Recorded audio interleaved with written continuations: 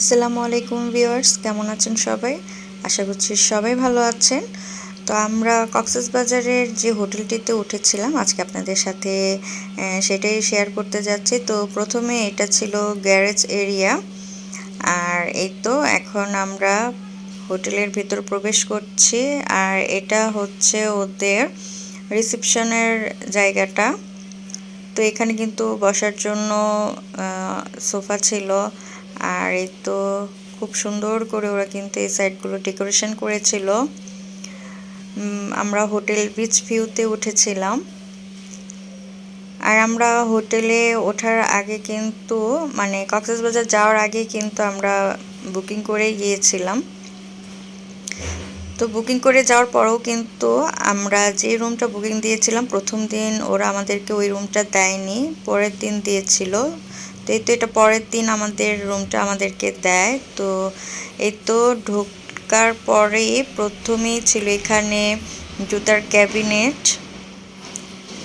তো এই তো এখানে ছিল জুতার ক্যাবিনেটটা।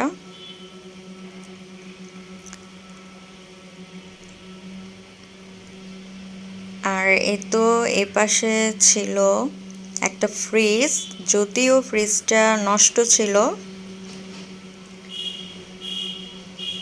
আর এই তো এই পাশে ছিল মিরর, আর এই সাইডে ছিল একটা আলমিরা। তো ওদের সার্ভিসটা আমাদের কাছে তেমন একটা ভালো লাগেনি। দেখা গেছে যে কমপ্লিমেন্টারি হিসেবে যে ওদের পানি, টিস্যু, ব্রাশ, মানে এগুলো দেখা গেছে যে প্রতিদিন কিন্তু চেয়ে চেয়ে নিতে হয়েছে, ওরা ইচ্ছাকৃতভাবে এসে দিয়ে যায়নি। বা রুম যে সার্ভিস এগুলো ওরা দেয়নি, বলে বলে নিতে হয়েছে, এরকম একটা বিষয় আর কি।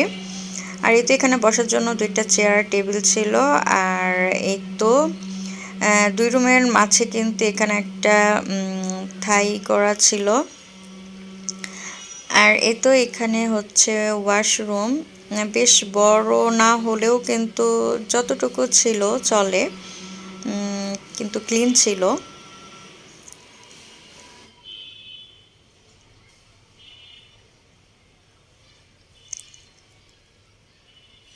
তো এই তো এটাই ছিল ওয়াশরুম। আর এটা ছিল বেড, বেডের দুই পাশে দুইটা বেড টেবিল ছিল, ফ্যান ছিল, এসি ছিল। এই পাশে একটা ফোন আছে, আর ওদের রেস্টুরেন্টের একটা মেনু বই ছিল। আর এই তো এই পাশে ছিল একটা টিভি। রুমের মধ্যে এগুলোই ছিল।